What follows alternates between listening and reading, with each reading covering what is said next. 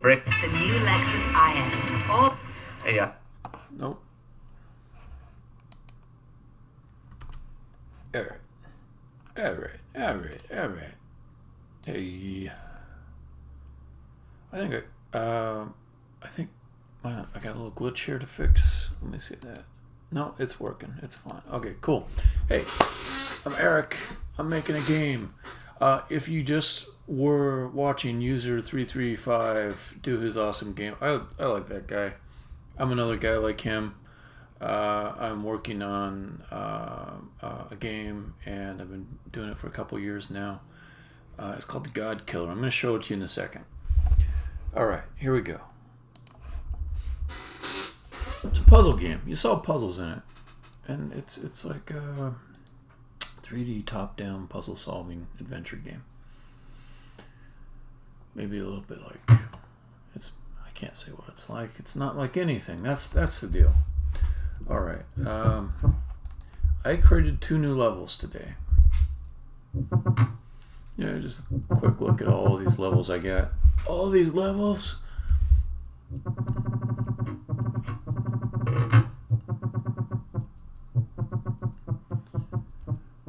53. I'm up to 53 now. Let me go to the one I just made today. Another one I made last night. Today was kind of apocalyptic. There was a windstorm, and it knocked out the power. And the freaky thing is, I'm skipping past this level.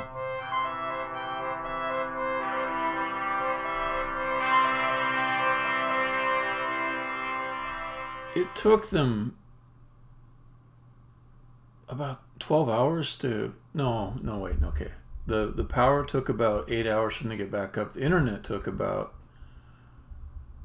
12 hours or so to get up and running again. And 500,000 people in Seattle were impacted by this windstorm. I don't know anything about power lines, and it just seems like so weirdly vulnerable. I don't even think it was that bad of a windstorm. It was like 50, 60 mile per hour wind. It's not like a hurricane or anything like that. So yeah, it just makes me wonder why did it take that long to bring the power back up? Maybe I should ask why on the other times when the power went out did it usually take maybe 2 to 3 hours. Maybe that's the miracle. Alright, new level. This level's got something I call crawl spaces. Most of the time when you go underneath something, the camera ducks underneath it. But if the space going up to the roof above you is really low, the camera doesn't bother to squeeze underneath. And it sort of makes like a new game element, just exploiting that particular behavior. So almost all the time in this game you can see what you're doing, but if you go inside of these crawl spaces, you can't. You're hidden from view. You have to blunder around a little bit. You have to think about the shape that must be underneath the floor. Then you come up here. You can see things again. Okay, so what am I doing in this level? That sound there, that means I'm right next to the level exit. The red light is another clue, because I tend to put on different levels red lights around the exit. There's a door there that says no on it. I need to find any place in the level where there's blocks that spell the word no, and move the blocks so they no longer spell no. So there's 2 blocks here that spell no. I can fix those. And there's some more down here and spread out throughout the level. So it's like every case where you see 2 blocks that spell no, you have to break them up, and that will cause the door to open.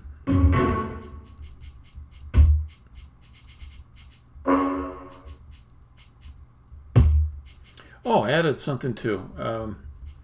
So now whenever you move a block, it will show you which block pad the block will go to if it's destroyed. So if I push this north,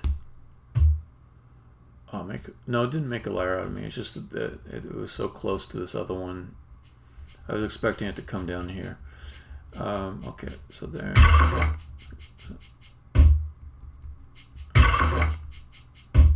So here I moved it up this way, and then it briefly showed a little line off to the O pad over here.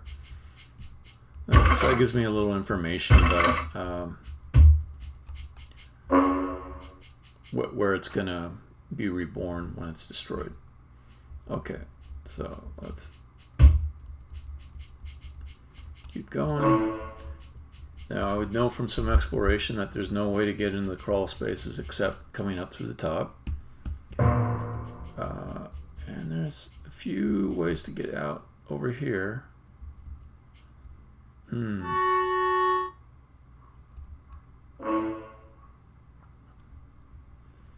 I suppose I shouldn't talk too much about the other one, but if you are looking for the bonus challenge, a clue is that there's this opening here, and you might, after a bit of searching around, figure out, oh, I can come over that way.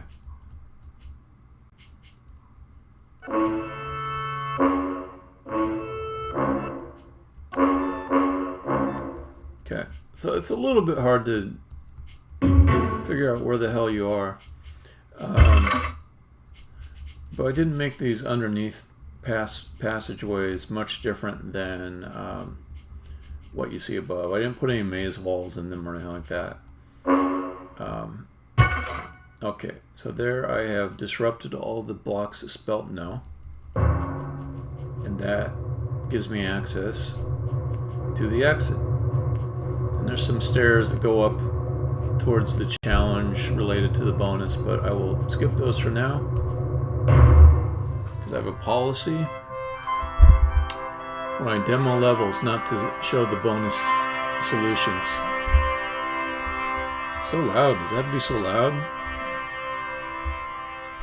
Alright, this is an older level. Oh.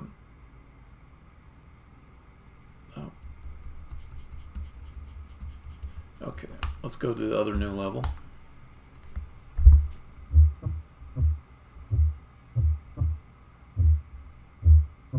The Hungry Altar. It's a brand new game element called the Altar, and the way the altar works is that if you make a sacrifice to it, it will destroy all of the other items that match that type that you put in there. So I come here, and there's a similar challenge to what we were looking at earlier, which is the door I want to get past spells first on it, and the word that's keeping it closed is down here, F-I-R-S-T, but it's not accessible to me. It's like in a museum case or something, you know, there's just no way to get to it. But this is the very first level that has the altar on it. I can play around a little bit. First time I try stepping on this, oh, I died. Then after a bit, maybe I figure out, let's try pushing the F onto the altar. Okay, so it destroyed the F inside of the chamber, which broke up the word. When that block was destroyed, it went to the block pad nearest to it. So now I have two F blocks here. The first gate was opened up. So I come through, I'm in the second chamber now. And it says second. Now, if you had played this game for the 30 levels or so it takes to get to here, you'd after a while start to understand that this thing here is a door or a gate to open. And these things here are blocks that spell the word that you want to disrupt to allow the gate to open. These X blocks, they're a bit of a mystery, but they're up there too. Okay. So what the player really needs to do is get the C block down to the altar. The player could try doing that. Okay. when you push blocks, they go as far as they can go until an obstacle is there. You can't push them one square at a time. So they're different than the regular Sokoban blocks. And you can always destroy a block. When you destroy a block, I should say you can always push a block into something that could destroy it. I'm not even explaining it right. If you're able to push a block against a wall, it will destroy it, and then it will return to the nearest block pad with a letter that matches it. See, there's the little spark that shows where the block will go to when it's destroyed.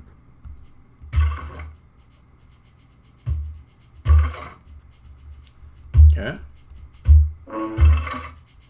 So the trouble with getting the C down here is it has to come right down the middle to go into the altar, and there's a pillar in the way. I can move it around the pillar, but once I've got it down here, there really isn't any way to get it inside to get it through this gateway. So the trick might be, and it is, I do this thing where I pretend I don't know the solution. It's called player empathy. So the trick is to get the X down here onto the altar. And it's now lined up because it has the block pad to help me line it up, so that it goes north-south along the same column that matches where the altar's at. So push it south. So it now destroyed all the X blocks in the level. And they came back to their closest block pad, which happens to be where I was just standing at. So I had to step off of the block pad, and then the X blocks were born there. They were basically waiting for me to leave, and then they were born. So now I've got 3 X's. With those X's, I can make some extra catch points that will allow me to route the C block down the middle. And I'll show you how it's done.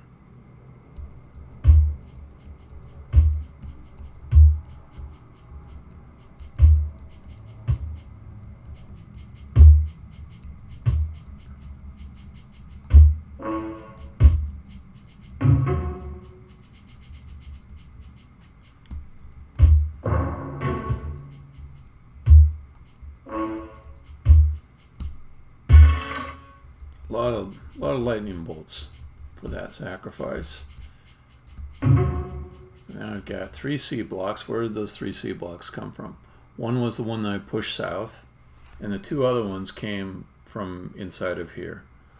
So it was spelling S-E-C-O-N-D, but the C blocks there were destroyed. They went to the nearest block pad with a matching letter, and that one was right here. That's why all 3 are right there.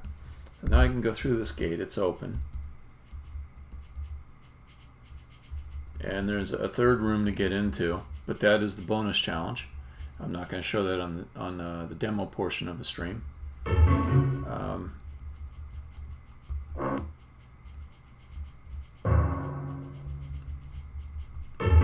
right.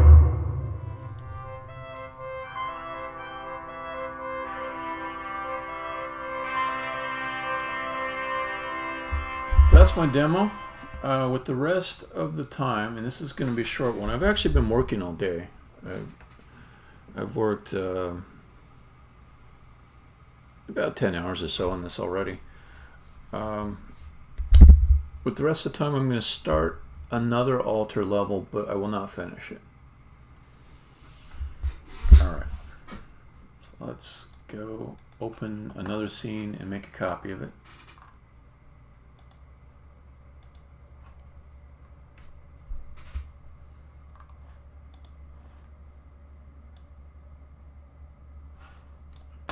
I want to pick one that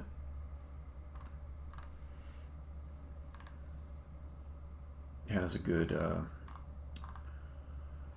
sort of theme to pull from to start the new one.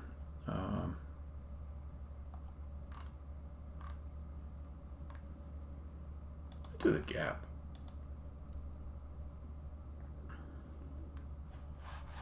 Yeah, it's got a look I haven't used much of.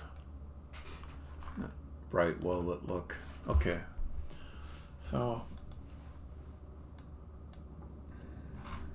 I end up having to rename most of these levels because by the time I'm done with it, I'll have a different name for it that I want to use. But for now, let's call it alter spelling. Okay.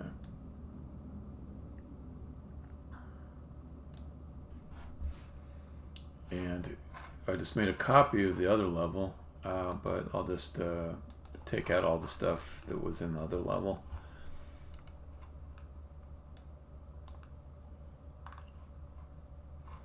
And by the way,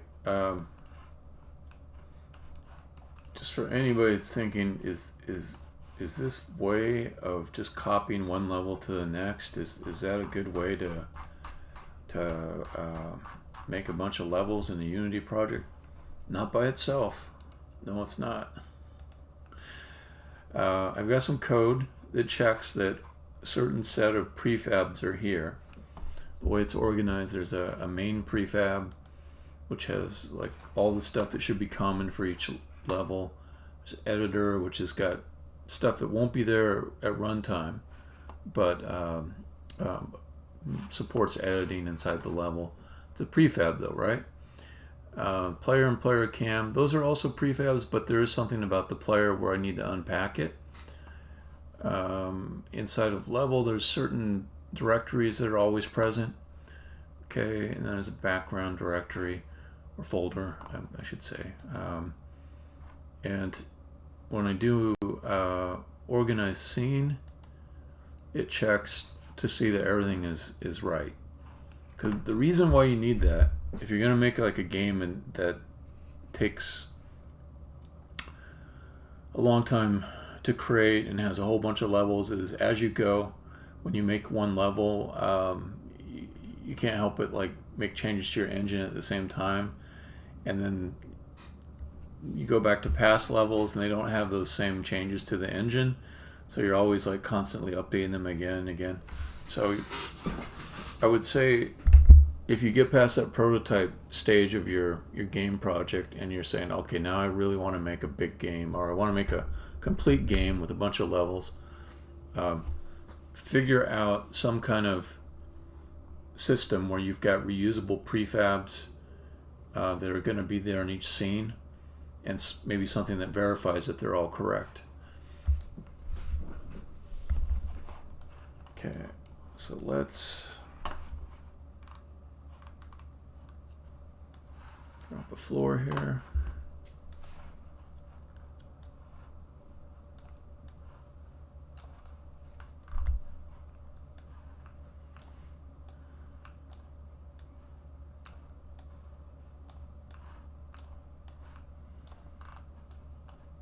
It's always kind of a pain when there's not really much stuff in the level to just orient.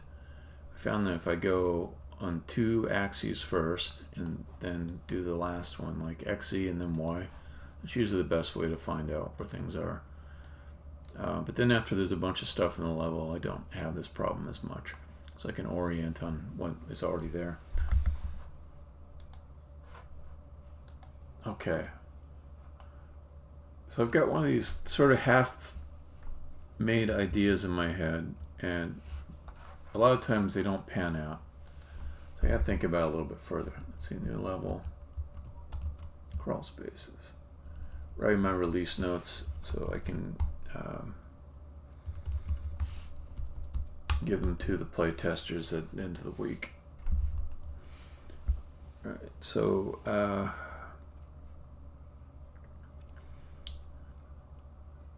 spell words by removing specific letters.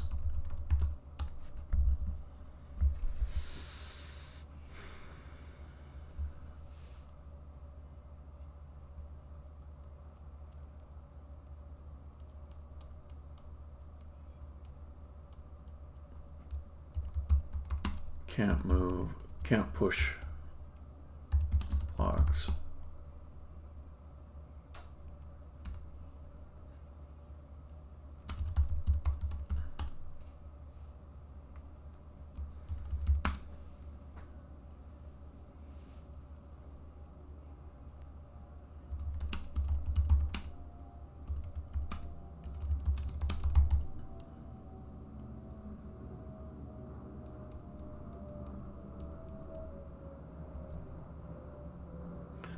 Yeah.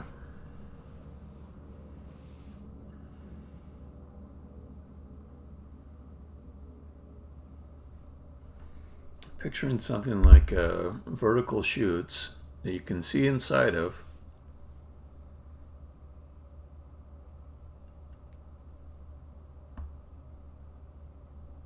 And you can get the blocks to go down down the chutes.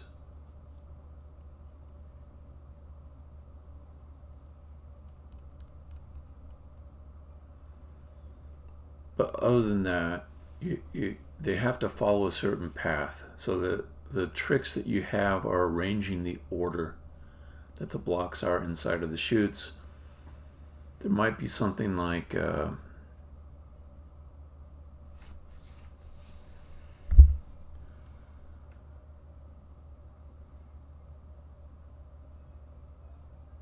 choosing the chute that it goes into. But I think to start with, I want to put some constraints on it just to make sure it's not too hard to deal with.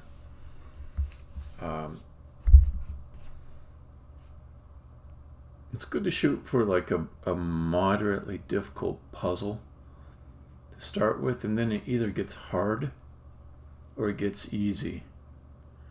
And the structure of my levels is such that both a hard or an easy solution are valuable. Because there's always a present challenge. So either when I'm working towards that moderate difficulty solution, it starts getting too easy, but I'll get some chance to notice how I could make it hard while I'm doing it, or it could go the opposite direction and end up making the hard puzzle first, or the one that's used for the present, to find the present. And then there's some intermediate step along the way which I can use to make the exit or the main challenge.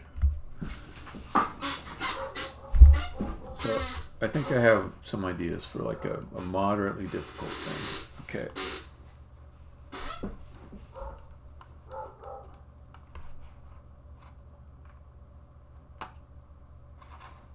Now let me build this thing. It's kind of like a machine, really. So I can build the machine that allows these things to function.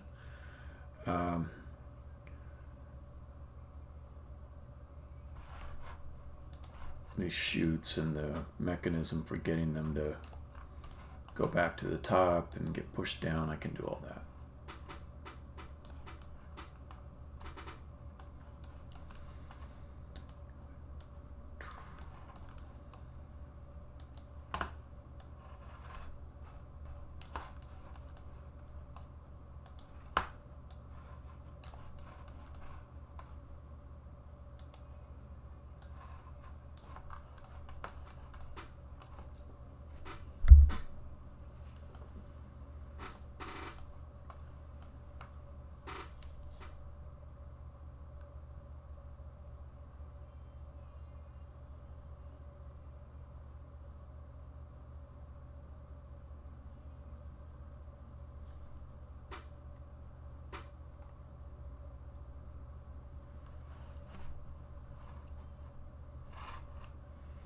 In fact, I won't worry about the cosmetics of it at this point. I just want to make sure I can get it to work. So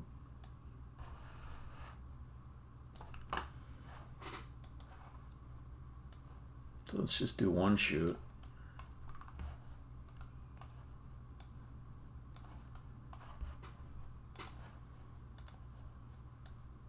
And let's do it. Let's make the surface 4 high. 1, 2, 3, 4. So I'll say we can put up to 4 of these things in. Okay.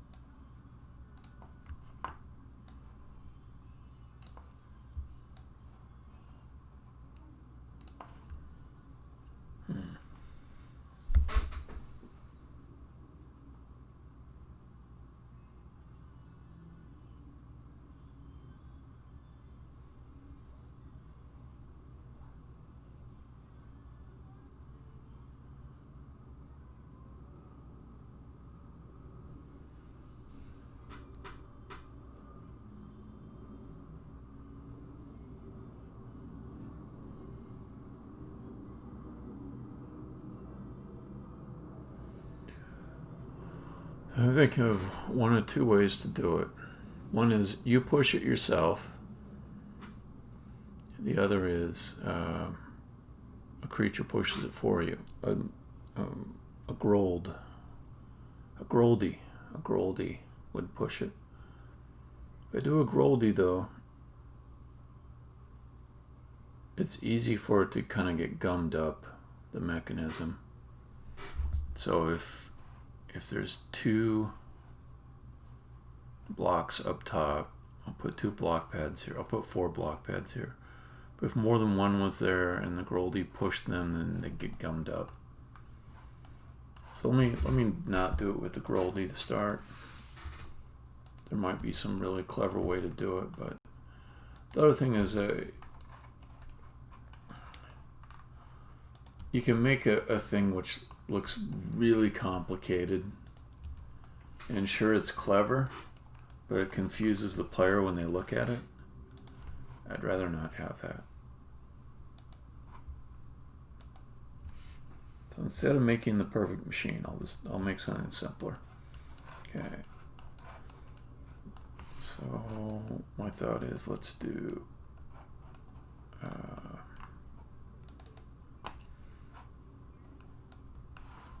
some placeholder letters for now. As long as the machinery of this works, I can fill in different letters and different words, different word goals.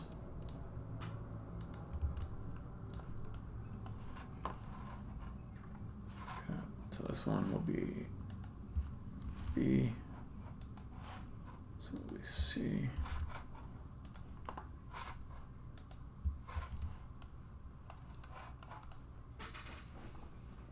I suppose I could move this up.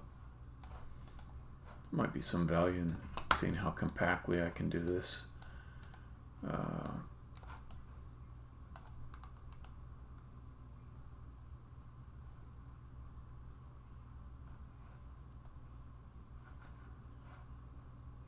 Yeah, okay.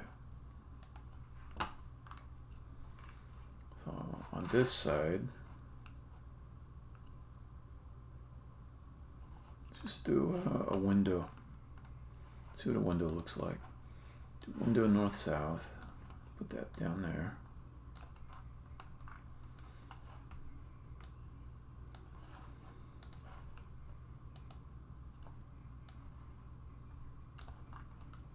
I raised it past the end because when I come up top to push the blocks, I would like for them to bang against this window, then plop down.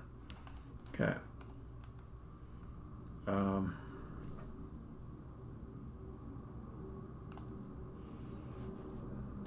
go up higher so that there can be like a ceiling up top, maybe. Then let's make some stairs going up to that because I need to be up there to push.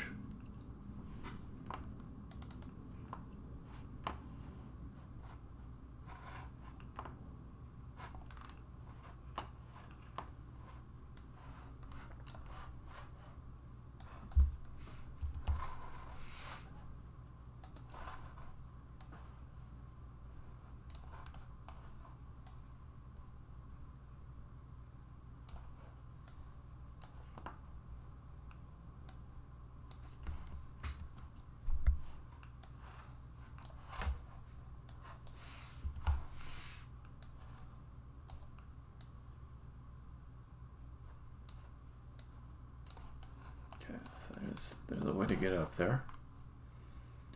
I also need the altar.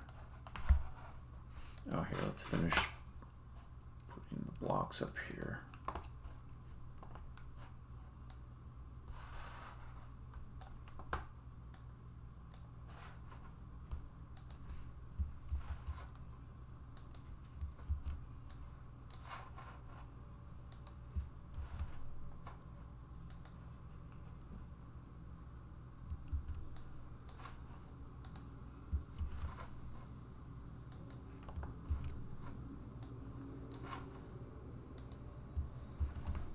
Okay. Yeah, for the altar,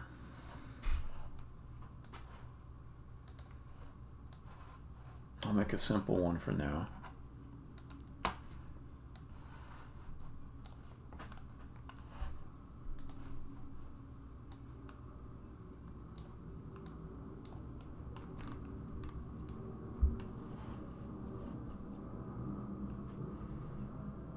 So let's see, it needs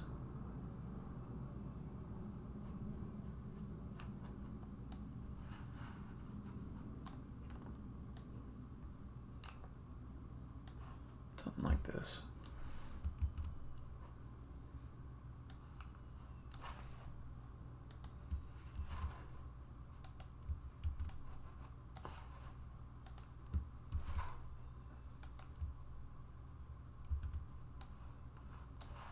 Okay, then I've got a small problem in that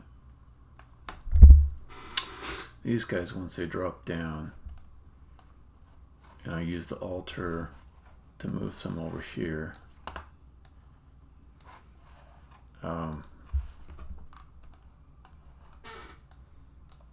they might spawn on these block pads instead of the others.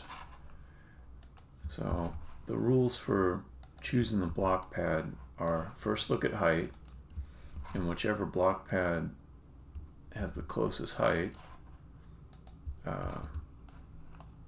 that will be used. And for all block pads that match the letter but they're on the same height, then you use like a more intuitive Pythagorean theorem type of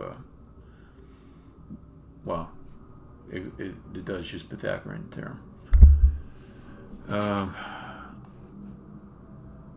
So these guys,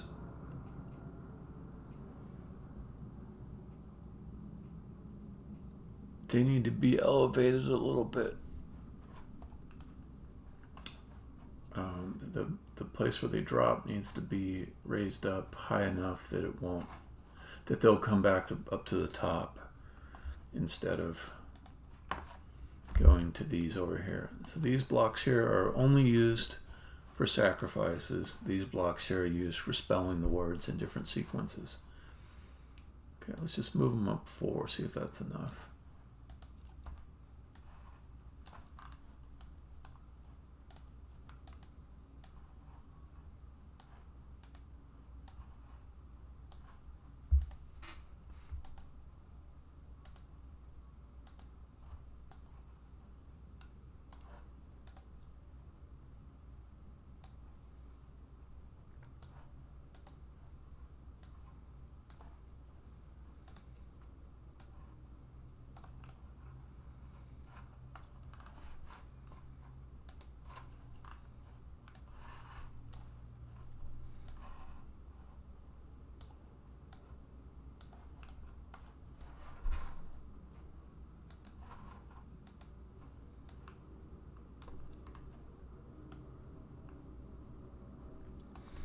Okay.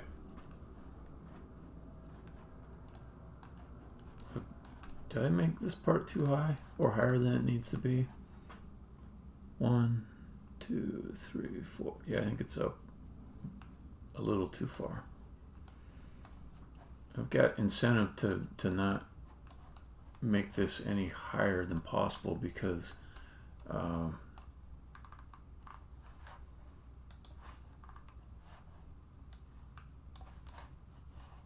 it means I have to change the height difference from this more if I have the block pads up top too high.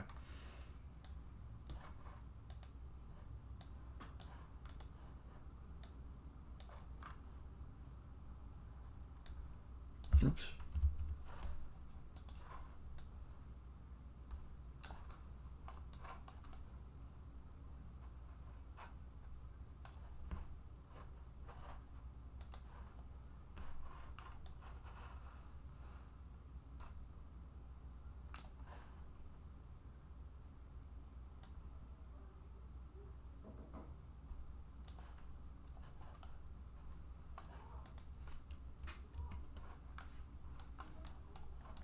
Let me think about this. So these guys are at 13.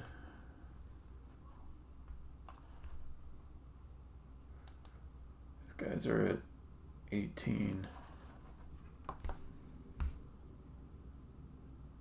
13, 18, 22. Let me figure that out. 13, 18, 22. Okay, so from 13 to 18, that's 5 to those block pads. From 18 to 22, it's 4. Okay, so that's right at the threshold. So it should always go up top here. And if I brought this whole thing down even one square lower, I think it might not work. So this should be about where it needs to be. Let's get some stairs going up there.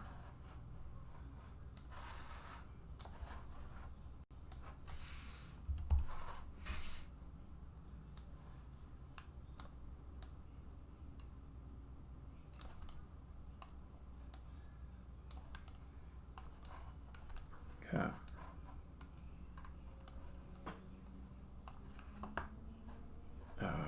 And because I will almost always die, I definitely want to put an egg.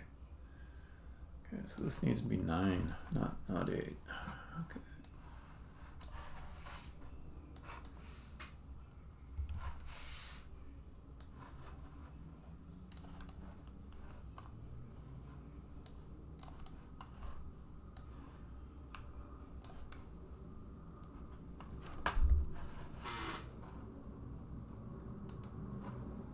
I don't know why the Unity defaults on the directional lights are set this way.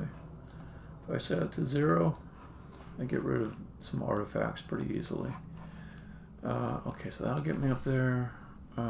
This should allow me to change the order. And then it's nice to hear my wife laughing.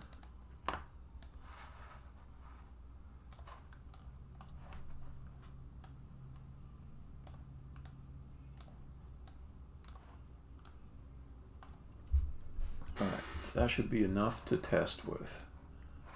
Unpack the prefabs, pre-process.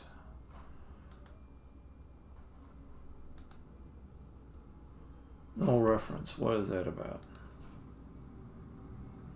Oh. Let me try that again. Yeah, okay. Got it.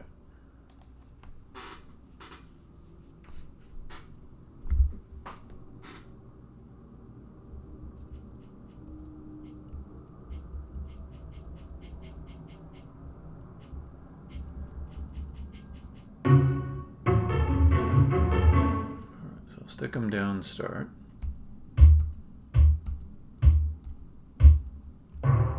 Let's do the lowest one first.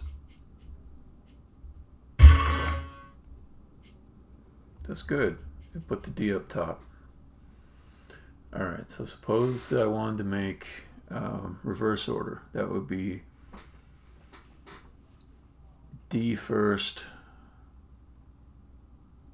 followed by C, followed by B. Okay, let me try that.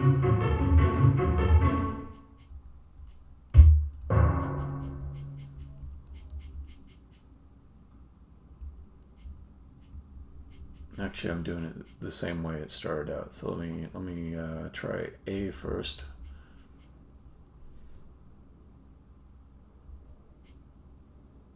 Well, it's already there. So put B next.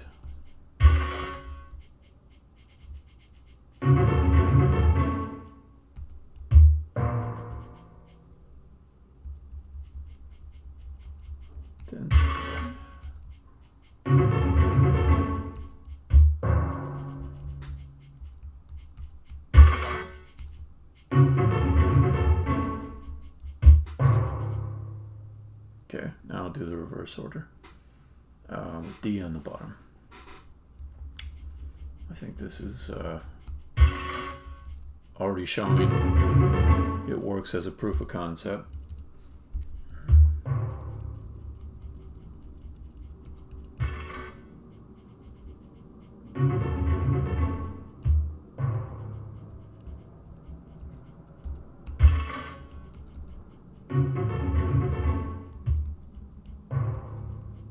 Okay. Cool. Alright, I know I can build this thing. I know it'll work. So now I need to do something that's a little bit like crossword puzzle design.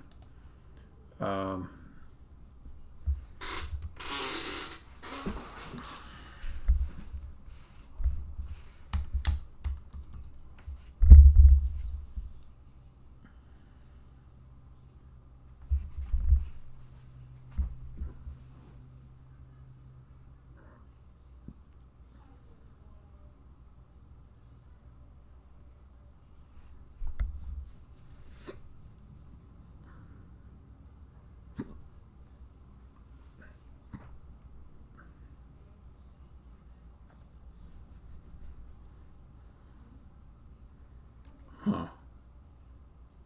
I don't know if I can do this. This is going to be pretty hard. So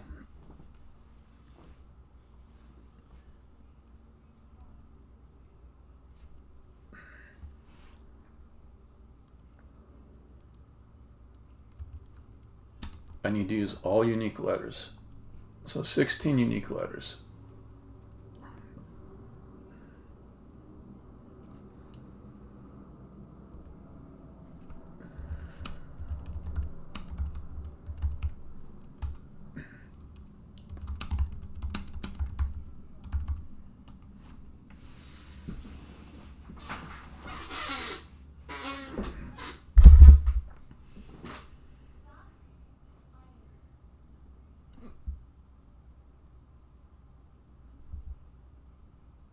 Why the hiccups? Alright, sit up straight.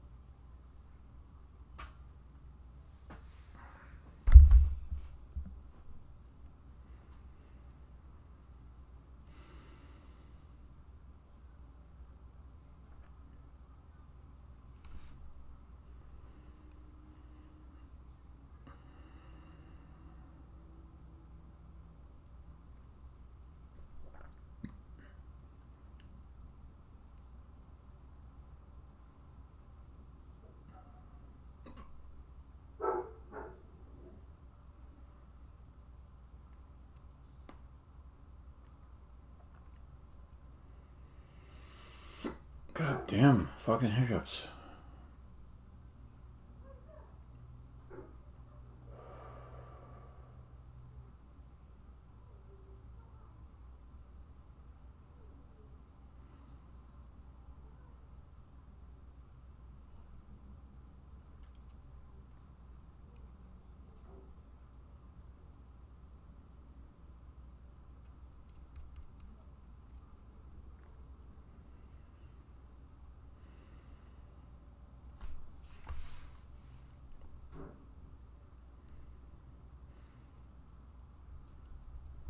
Okay, I'm gonna work quietly for a little bit. It seems to be my talking is making me get hiccups.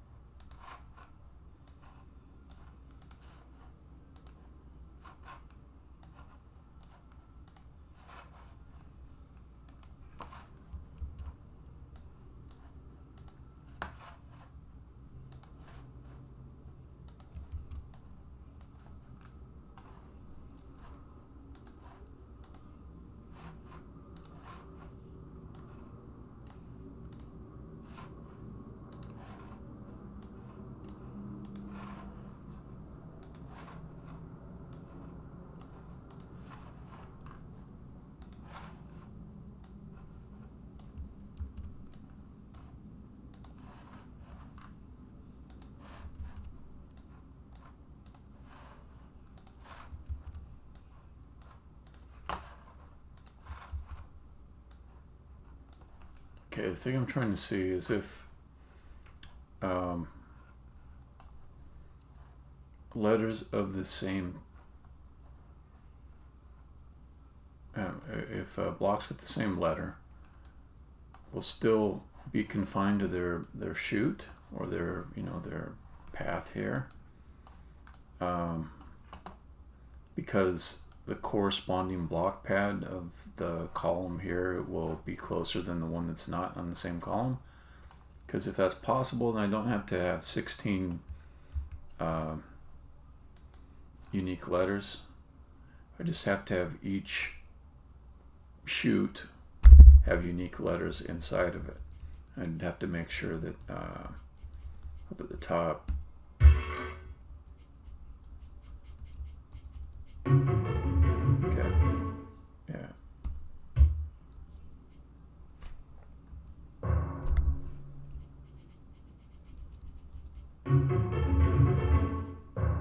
Stupid height map. I think it'll work. Let me run the pre-proc again.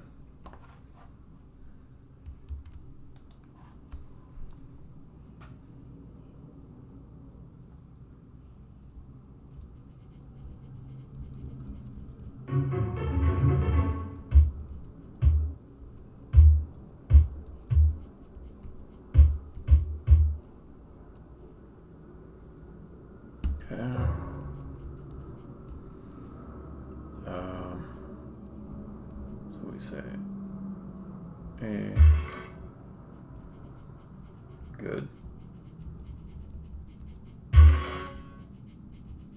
Good.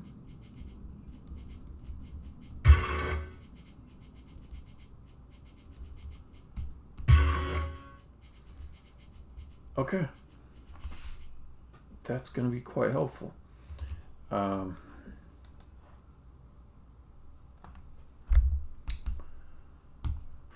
So it is, each chute has 4 letters, unique in the chute.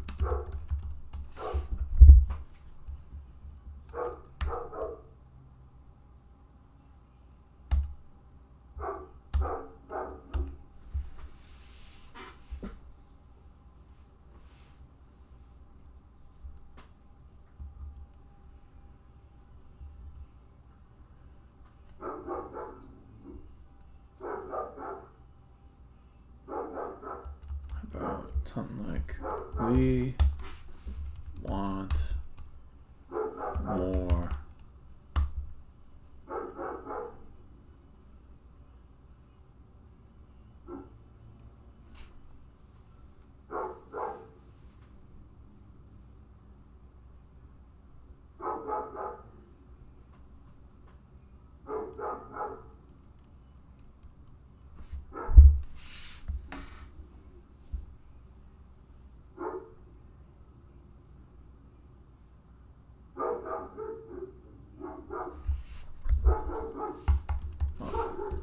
Okay. So not every word has to be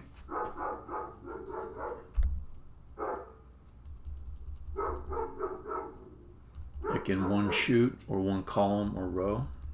This is, let's see. Doesn't have to be that way. So what's the best way to lay these out? Let's do the whole crossword puzzle thing. Want, we,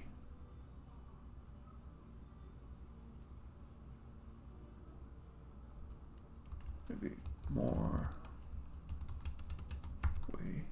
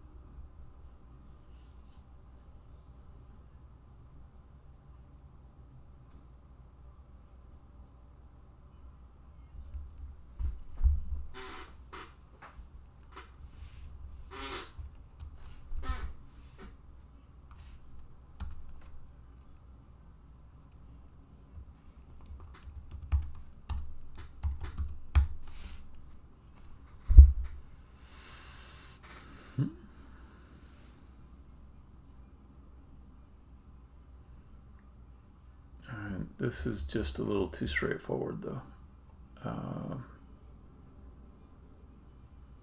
This doesn't work because there's two O's in the same shoot. I can tilt the whole thing as well.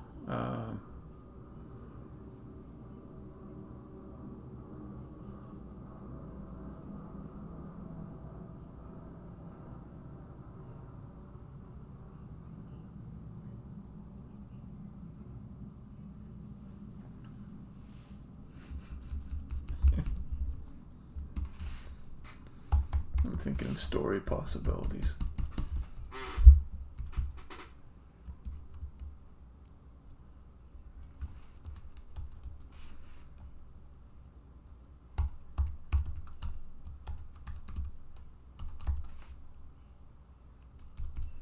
Does have to fit though in that little 4x4 space.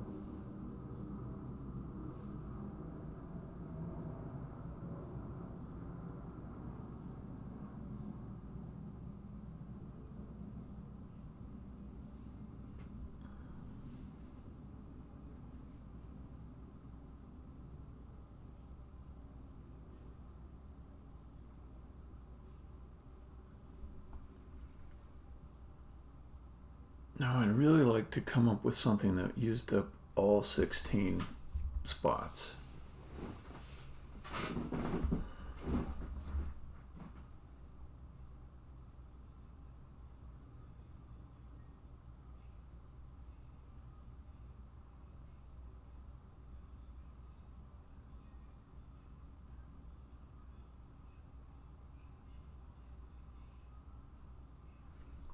Could I somehow get a couple more two-letter words in here?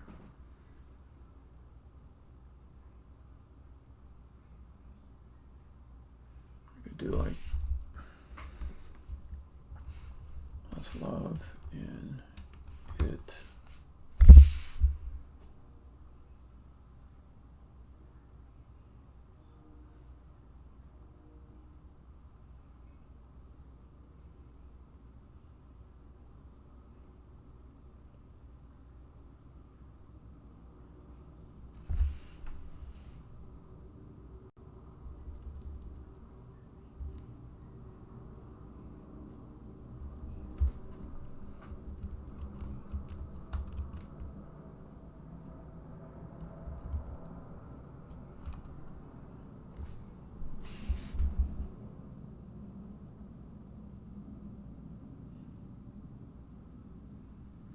Also, I should be thinking of reusing letters too.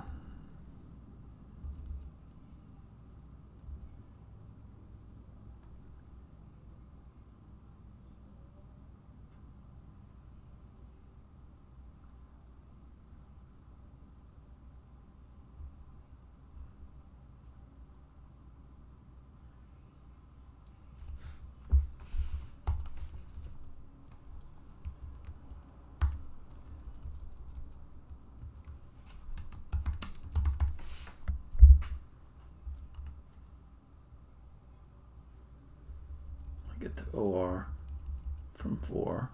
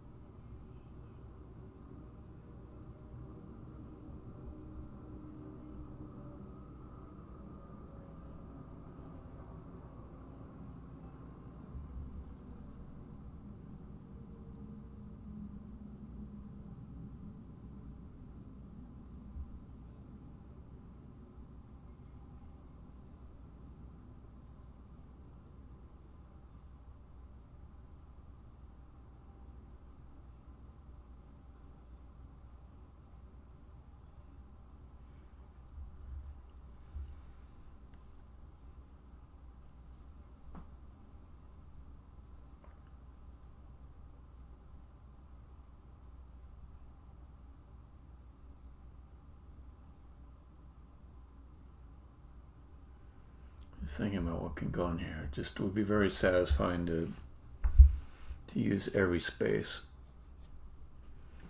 It's the kind of thing that would make a good bonus puzzle. And this is going towards too hard. You know, it'll be a bonus puzzle for this to be solved all the way with all 16 letters. But as I was saying before, there'll be something that is a little bit easier to figure out along the way to that more complicated solution. I can use that one for the exit challenge for the level.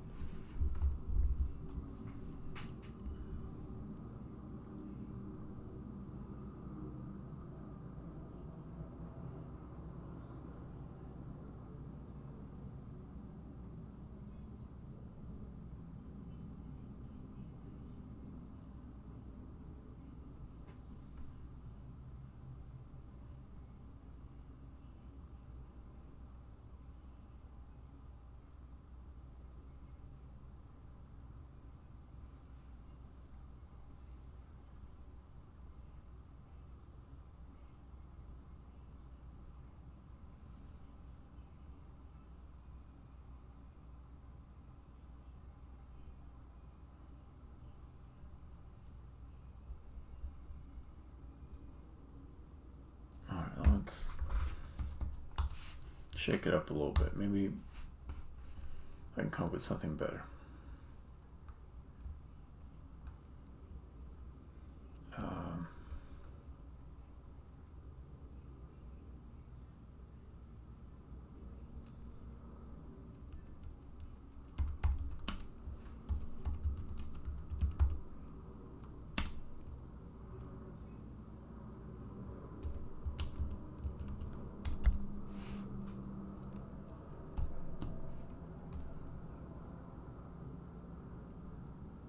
That doesn't feel like it's going to fit in very well.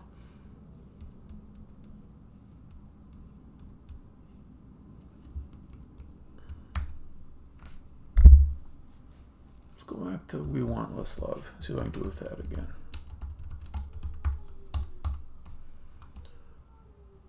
So I can go, I think, did I do want a top? I did want up top first. Let's try it this way.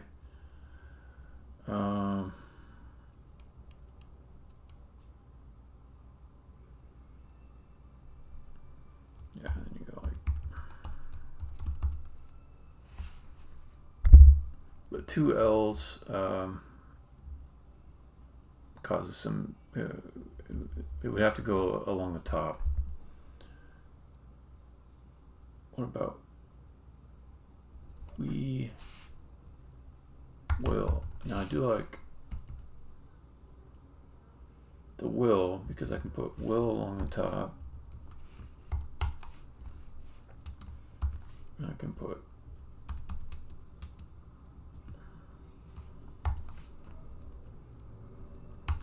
so.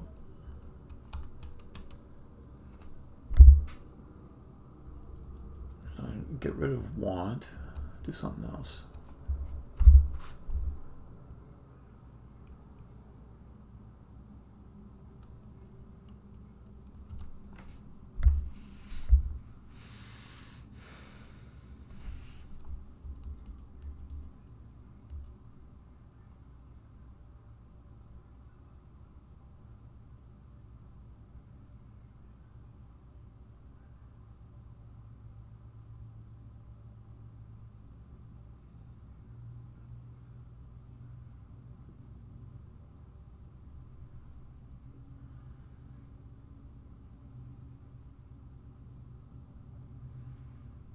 What could go down this way? Could do.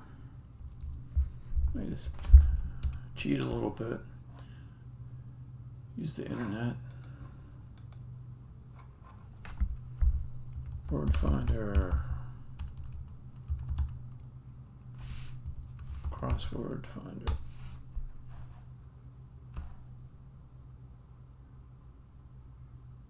I just want to have a 4-letter words with I.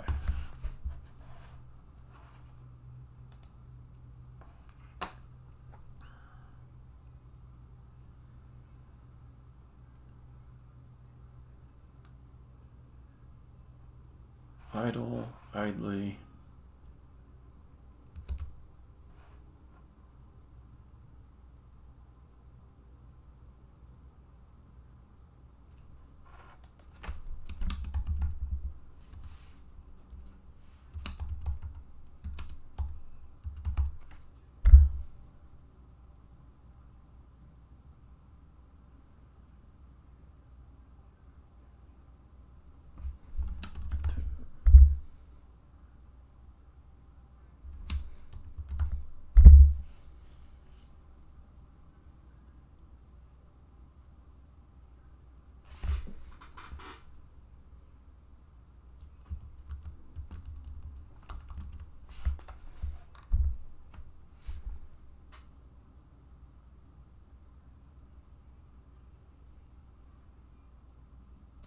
Just put in idly.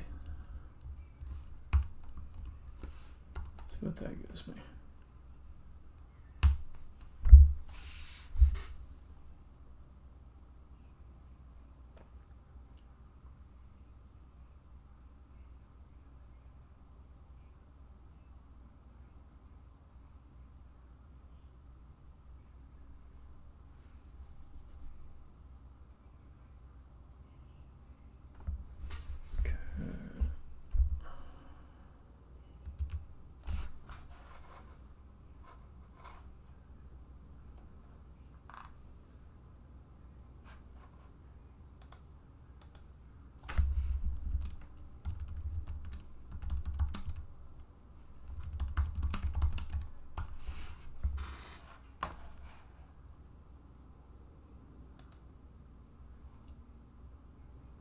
These are words?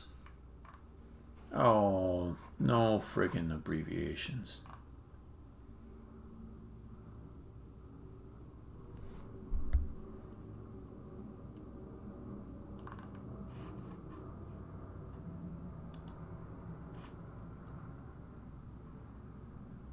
Terrible words.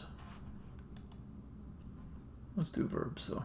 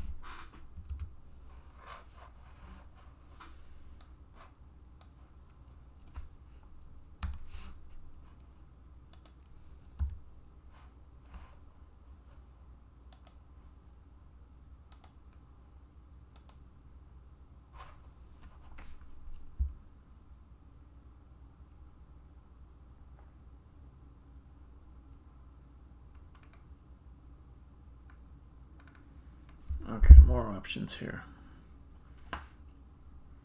Eat.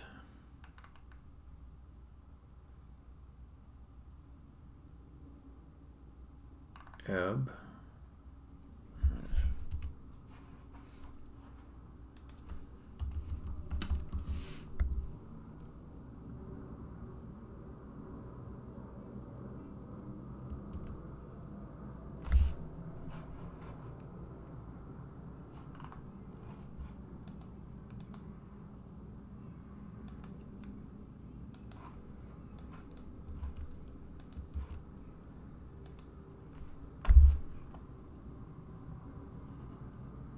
Eek. That's actually not bad.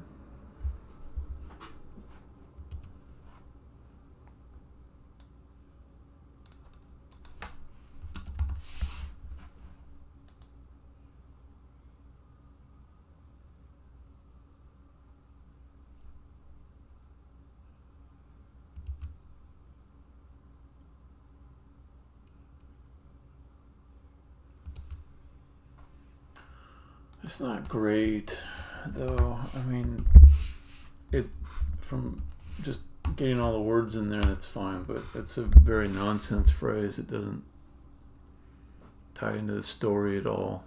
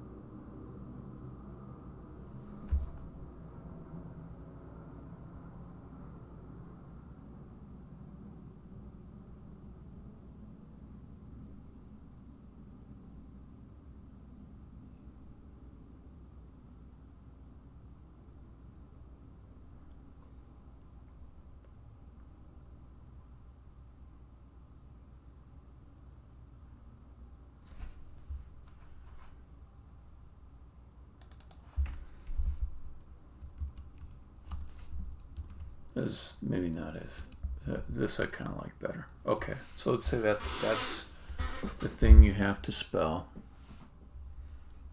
to get the challenge. All right, I cannot have two E's on the same shoot though. Dang it, this is hard. If I turned it on its side, I'd have two L's together. And that will mess up the machinery.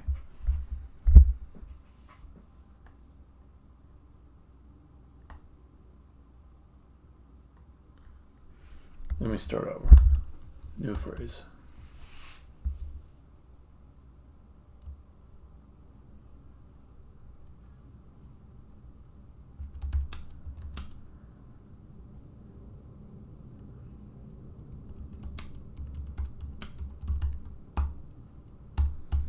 That's got sadness to it. I kind of like that.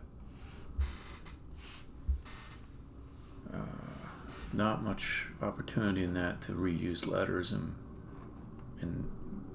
overlapping words, though. How about will? There we go.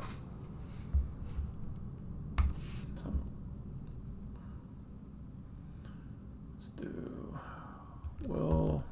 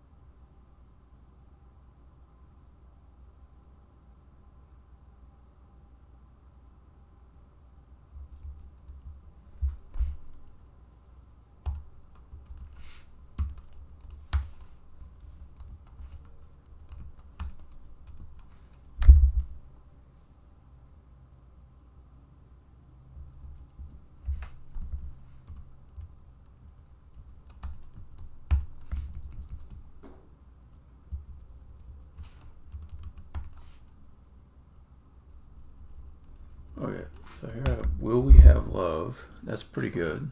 What can I add to it that fits in?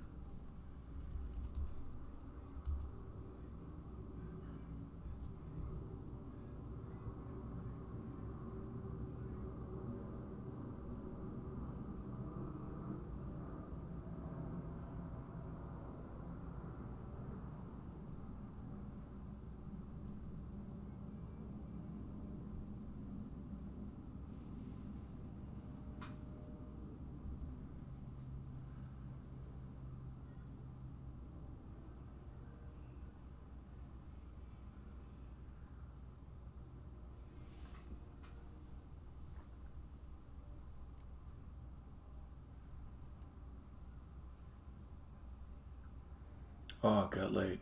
Okay. I'm going to stop the stream right here.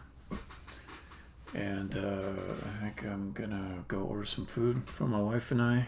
And I'm going to kick back and watch some movies, and I'll fall asleep and start all over again tomorrow. All right. Catch you later. Stopping the stream.